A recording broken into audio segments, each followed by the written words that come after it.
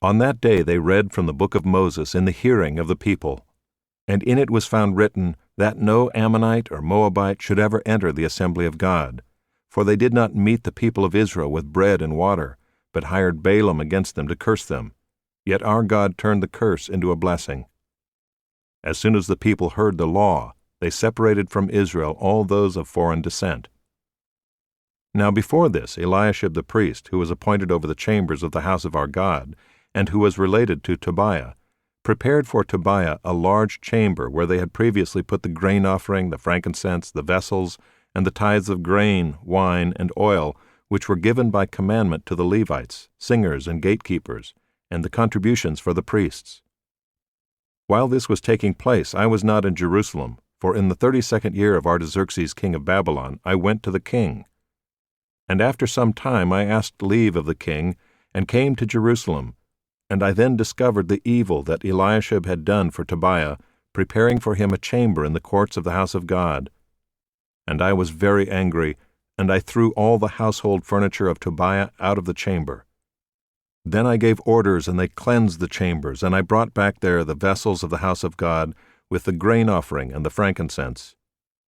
I also found out that the portions of the Levites had not been given to them, so that the Levites and the singers who did the work had fled each to his field. So I confronted the officials and said, "Why is the house of God forsaken?" And I gathered them together and set them in their stations. Then all Judah brought the tithe of the grain, wine, and oil into the storehouses. And I appointed as treasurers over the storehouses Shelemiah the priest, Zadok the scribe, and Pedaiah of the Levites, and as their assistant Hanan the son of Zaccur, son of Mattaniah, for they were considered reliable, and their duty was to distribute to their brothers. Remember me, O my God, concerning this, and do not wipe out my good deeds that I have done for the house of my God and for his service. In those days I saw in Judah people treading winepresses on the Sabbath, and bringing in heaps of grain, and loading them on donkeys, and also wine, grapes, figs, and all kinds of loads, which they brought into Jerusalem on the Sabbath day. And I warned them on the day when they sold food. Tyrians also, who lived in the city, brought in fish and all kinds of goods, and sold them on the Sabbath to the people of Judah, in Jerusalem itself. Then I confronted the nobles of Judah and said to them, "What is this evil thing that you are doing, profaning the Sabbath day? Did not your fathers act in this way, and did not our God bring all this disaster on us and on this city? Now you are bringing more wrath on Israel by profaning the Sabbath."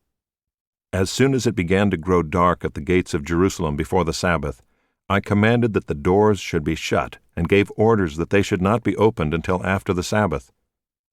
And I stationed some of my servants at the gates, that no load might be brought in on the Sabbath day.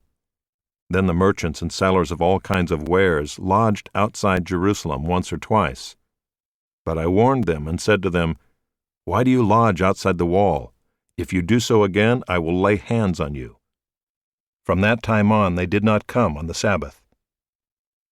Then I commanded the Levites that they should purify themselves and come and guard the gates, to keep the Sabbath day holy. Remember this also in my favor, O my God, and spare me according to the greatness of your steadfast love. In those days also I saw the Jews who had married women of Ashdod, Ammon, and Moab, and half of their children spoke the language of Ashdod, and they could not speak the language of Judah, but only the language of each people. And I confronted them and cursed them and beat some of them and pulled out their hair. And I made them take an oath in the name of God, saying, "You shall not give your daughters to their sons, or take their daughters for your sons or for yourselves." Did not Solomon king of Israel sin on account of such women? Among the many nations there was no king like him, and he was beloved by his God, and God made him king over all Israel. Nevertheless, foreign women made even him to sin. Shall we then listen to you, and do all this great evil and act treacherously against our God by marrying foreign women? And one of the sons of Jehoiada, the son of Eliashib the high priest, was the son-in-law of Sanballat the Horonite. Therefore I chased him from me. Remember them, O my God, because they have desecrated the priesthood, and the covenant of the priesthood and the Levites. Thus I cleansed them from everything foreign, and I established the duties of the priests and Levites, each in his work. And I provided for the wood offering at appointed times and for the firstfruits. Remember me, O my God, for good,